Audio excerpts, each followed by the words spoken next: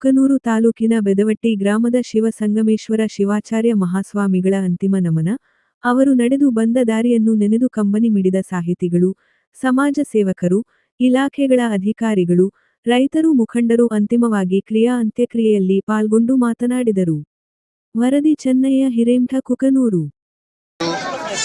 ನಮ್ಮ ಕೊಪ್ಪಳ ಜಿಲ್ಲೆಯ ಶರಣರಾದ ಬೆದವಟ್ಟಿ ಅಜ್ಜನವರು ನಿಧನರಾದರ ಸುದ್ದಿ ಕೇಳಿ ನಮ್ಮ ಕುಟುಂಬಕ್ಕೆ ದೊಡ್ಡ ಆಘಾತ ಆಗಿದೆ. ಇಡೀ ಯಲಬುರ್ಗಾ ತಾಲೂಕಿನ ಸದ್ಭಕ್ತರಿಗೆಲ್ಲರಿಗೂ ದೊಡ್ಡ ಆಘಾತ ಆಗಿದೆ.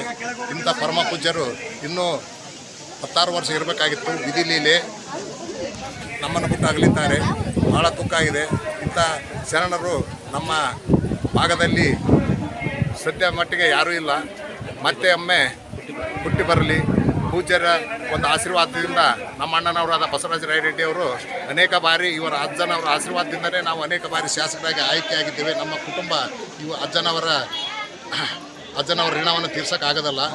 ಶರಣರಿಗೆ ಸಾಷ್ಟಾಂಗ ನಮಸ್ಕಾರಗಳು ಅಂಥೇಳಿ ಭಾಳ ದುಃಖ ಆಗಿದೆ ನಮ್ಮ ಕುಟುಂಬಕ್ಕೆ.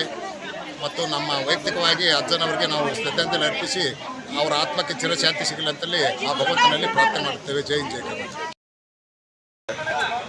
ಶ್ರೀ ಶಿವಸಂಗಮೇಶ್ವರ ಮಹಾಸ್ವಾಮಿಗಳು ಸ್ವಾಮಿತ್ವಕ್ಕೆ ಅನ್ವರ್ತಕವೇನಿದೆ ಅದು ಪೂಜ್ಯರು ಅಂತ ಅನ್ಬೋದು. ಅಂತಹ ಪೂಜ್ಯರು ಇವತ್ತು ನಮ್ಮನ್ನೆಲ್ಲ ಬಿಟ್ಟ ಅಗಲಿರೋ ಇಡೀ ಸಮಾಜಕ್ಕೆ ಮನೆಗಳಲ್ಲಿ ಸಂಸ್ಕಾರವನ್ನು, ಧರ್ಮವನ್ನು ಬಿತ್ತುವಂಥ ಕಾರ್ಯವನ್ನು, ಅದನ್ನು ಬೆಳೆಸುವಂಥ ಕಾರ್ಯವನ್ನು ಯಾರಾದರೂ ಈ ನಾಡಿನ ಮಠಾಧೀಶರು ಮಾಡಿದರೆ ಅದು ಶ್ರೀ ಶಿವಸಂಗಮೇಶ್ವರ ಮಹಾಸ್ವಾಮಿಗಳು ಅನ್ನೋದರಲ್ಲಿ ಯಾವುದೇ ರೀತಿಯ ಅತಿಶಯೋಕ್ತಿ ಇಲ್ಲ. ಪೂಜ್ಯರಿಗೆ ಯಾವುದೇ ರೀತಿಯ ಆಮಿಷಗಳಿಗೆ ಒಳಗಾಗದೆ ಮಠವನ್ನು ಬಡವಾಗಿಸಿದರೂ ಕೂಡ ಭಕ್ತರನ್ನು ಶ್ರೀಮಂತರನ್ನಾಗಿಸಿಕೊಂಡಂಥ ಮಹಾ ಗುರುಗಳು ಅದು ಶ್ರೀ ಶಿವಸಂಗಮೇಶ್ವರ ಮಹಾಸ್ವಾಮಿ. ಅಂತಹ ಪರಮ ಪೂಜ್ಯರು ಪ್ರತಿಯೊಂದು ಮನೆಗಳಿಗೂ ತಮ್ಮ ಪಾದವನ್ನು ಹಾಕೋದ್ರ ಮೂಲಕ ಪ್ರತಿಯೊಂದು ಭೂಮಿಯನ್ನು, ಭಕ್ತರ ಮನಗಳನ್ನು ಸ್ವಚ್ಛವಾಗಿಸಿ ಪುಣ್ಯವಾಗಿಸುವಂಥ ಮಹಾತ್ಮರು. ಇವತ್ತು ಅವರನ್ನು ಕಳೆದುಕೊಂಡಂಥ ನಾಡು ಬಡವಾಗಿದೆ. ಸಂಸ್ಕೃತಿ ತನ್ನ ನೋವನ್ನು ಅನುಭವಿಸುವಂಥ ಪರಿಸ್ಥಿತಿಯಲ್ಲಿದೆ.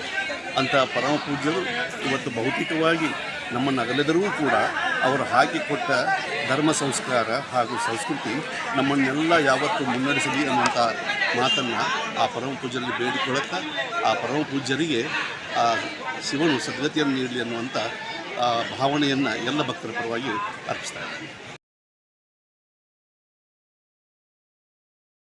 ನಿನ್ನೆ ಲಿಂಗೈಕ್ಯರಾದಂಥ ಶ್ರೀ ಬೆದವಟ್ಟಿ ಶ್ರೀಗಳು ನಮ್ಮ ನಾಡಿನ ಒಬ್ಬ ಆರಾಧ್ಯ ದೈವದಿದ್ದಂತೆ ಇದ್ದವು. ಅವರ ಬಗ್ಗೆ ಜನಸಾಮಾನ್ಯರು ತುಂಬ ಶ್ರದ್ಧೆ ಮತ್ತು ಭಕ್ತಿಯನ್ನು ಇಟ್ಕೊಂಡವರು. ತುಂಬ ನಿರಾಡಂಬರವಾದಂಥ ಜೀವನವನ್ನು ನಡೆಸಿರ್ತಕ್ಕಂಥ ಸ್ವಾಮೀಜಿಯವರು ನಮ್ಮ ಸಮಾಜದ ಪ್ರತಿಯೊಬ್ಬರಿಗೂ ಕೂಡ ಬೇರೆ ಬೇರೆ ಕ್ಲೇಶಗಳಿಗೆ ಒಳಗಾಗಿರ್ತಕ್ಕಂಥ ವ್ಯಕ್ತಿಗಳಿಗೆ ಪರಿಹಾರವನ್ನು ನೀಡಿರ್ತಕ್ಕಂಥ ವ್ಯಕ್ತಿ. ತಮ್ಮ ಸಲಹೆಗಳ ಮೂಲಕವಾಗಿ, ಆಧ್ಯಾತ್ಮಿಕ ಸೂಚನೆಗಳ ಮೂಲಕವಾಗಿ, ಆಯುರ್ವೇದ ಔಷಧಿಗಳ ಮೂಲಕವಾಗಿ ಅವರಿಗೆ ಎಲ್ಲ ರೀತಿಯ ಪರಿಹಾರಗಳನ್ನು ನೀಡಿ ಜನಮಾನಸದಲ್ಲಿ ನೆಲೆಯೂರಿರ್ತಕ್ಕಂಥ ವ್ಯಕ್ತಿ. ಯಾವುದೇ ಆಡಂಬರ, ಯಾವುದೇ ಗೋಜು ಗದ್ದಲಗಳಿಗೆ ಒಳಗಾಗದೆ ತಮ್ಮ ಇತಿಮಿತಿಗಳ ನಡುವೆ ತಮ್ಮ ನೆಲೆಯಲ್ಲಿ ಅತ್ಯಂತ ಸರಳ ಮತ್ತು ನಿರಾಡಂಬರ ಜೀವನವನ್ನು ಸಾಗಿಸಿ ಈ ಭಾಗದಲ್ಲಿ ಎಲ್ಲ ಜನರಿಗೂ ಕೂಡ ತುಂಬ ಬೇಕಾಗಿರ್ತಕ್ಕಂಥ ಒಬ್ಬ ಸರಳ ವ್ಯಕ್ತಿ ಈಗ ಇಲ್ಲವಾಗಿರುವುದು ಬಹುಶಃ ನಮ್ಮ ಸಮಾಜಕ್ಕೆ ಬಹುದೊಡ್ಡ ನಷ್ಟ ಅಂತ ತಿಳ್ಕೊಂಡಂತ ನಾನು ಭಾವಿಸ್ತೀನಿ. ಅವರ ತತ್ವಗಳನ್ನು, ಅವರ ಆದರ್ಶಗಳನ್ನು, ಅವರ ಪರಂಪರೆಗಳನ್ನು ಮುಂದೆ ಬಂದಂಥವರು ನಡೆಸಿಕೊಡಬೇಕು, ಮುಂದುವರಿಸಬೇಕು. ಭಕ್ತಾದಿಗಳು ಕೂಡ ಅವರ ತತ್ವಗಳಿಗೆ ಬದ್ಧರಾಗಿ ನಡೆದುಕೊಳ್ಬೇಕು ಅಂತ ಹೇಳಿ ನನ್ನ ವಿನಂತಿ. ಅಲ್ಲಿ ಚೇರ್ ವ್ಯವಸ್ಥೆ ಇದೆ. ತಾವುಗಳು 10 ನಿಮಿಷ ಆರಾಮ್ ಅಲ್ಲಿ ಬಂದಂಥವ್ರು ಚೇರ್ ಕುತ್ಕೊಳ್ಬೋದು. ಇಲ್ಲಿ ದರ್ಶನ ಮಾಡಲಿಕ್ಕೆ ಅವಕಾಶ ಇದೆ. ಬಂದಂಥವರು ಬೇರೆ ಅವಕಾಶ ಮಾಡಿಕೊಡ್ಬೇಕು. ದರ್ಶನ ಆದವರು ಬೇರೆ ಜನರಿಗೆ ಅವಕಾಶ ಮಾಡಿಕೊಡ್ಬೇಕು. ದಯಮಾಡಿ